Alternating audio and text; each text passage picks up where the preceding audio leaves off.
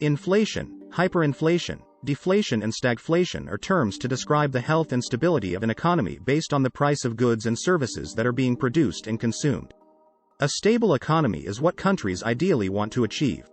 This is done by making sure that there is a good balance in the goods and services being produced and consumed. Too much or too little of each has potential adverse consequences to the economy. Goods are things that are manufactured, such as cars, houses, parts, clothing, furniture. Or grown, such as food items like rice, banana, vegetables, bake items. Or non-food items such as gas for your car, water and electricity for your home. Services are those provided by people, such as plumbing, auto repair, entertainment. The transportation of goods from one place to another, air travel, etc.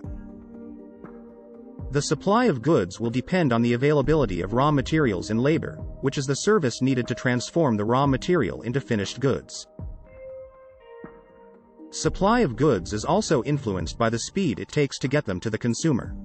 Even if there were no problem producing the goods, a delay may cause a perceived shortage of supply, resulting in price increase. This is a supply chain issue. Gross domestic product, GDP, is the standard measure of the value generated through the production of goods and services in a country during a certain period. Consumer are people or organizations that are willing to pay for goods and services.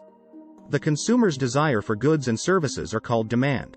The space in which the supplier and consumer transact is called the market. The value of goods and services are measured by their price.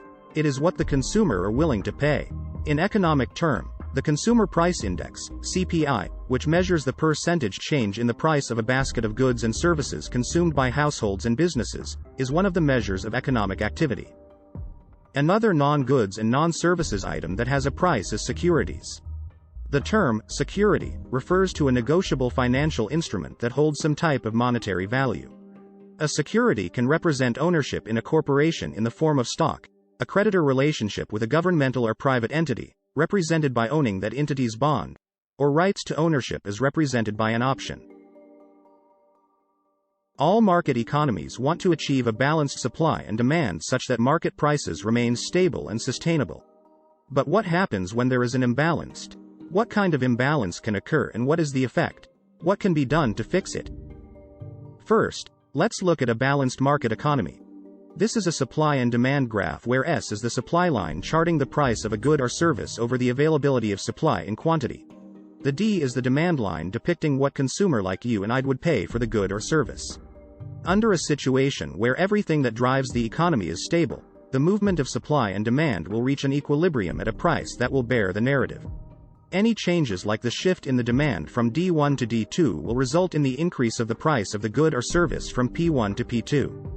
If the demand continues to increase, then prices will increase until such time the demand will drop to a more sustainable level. Conversely, if the demand remains the same, the drop in supply from S1 to S2 will result in less goods and services being produced, thereby pushing the price up from P1 to P2.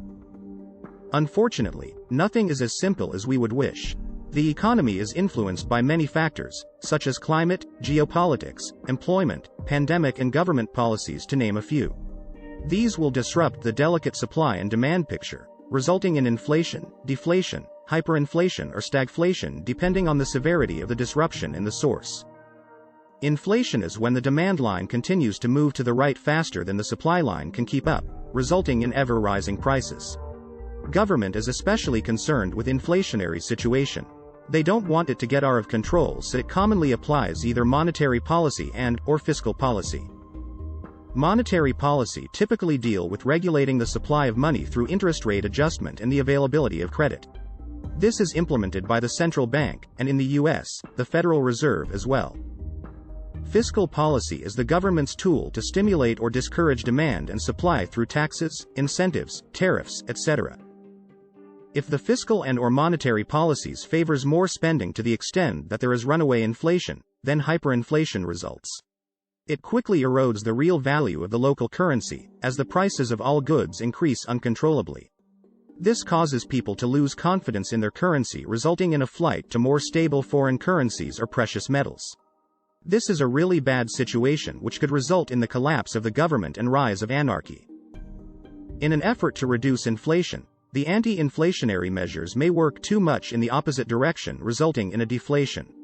It is a decrease in the general price level of goods and services. Typically, a fall in the inflationary rate below 0% is considered deflationary. Deflation reduces the economic activity, resulting in a slowdown in production, which in turn will increase unemployment and decline in the GDP. 2 successive quarters of decline in the GDP is called a recession. Typical way to reverse that is to increase demand by easing monetary and/or fiscal policies. Stagflation is an economic abomination. During stagflation, inflation is rising but the economic growth rate slows, and unemployment remains steadily high. It presents a dilemma for economic policy, since actions intended to lower inflation may exacerbate unemployment. In 1970s oil crisis resulted in 5 consecutive quarters of negative GDP growth. Inflation doubled in 1973 and hit double digits in 1974. Unemployment reached 9% by May 1975.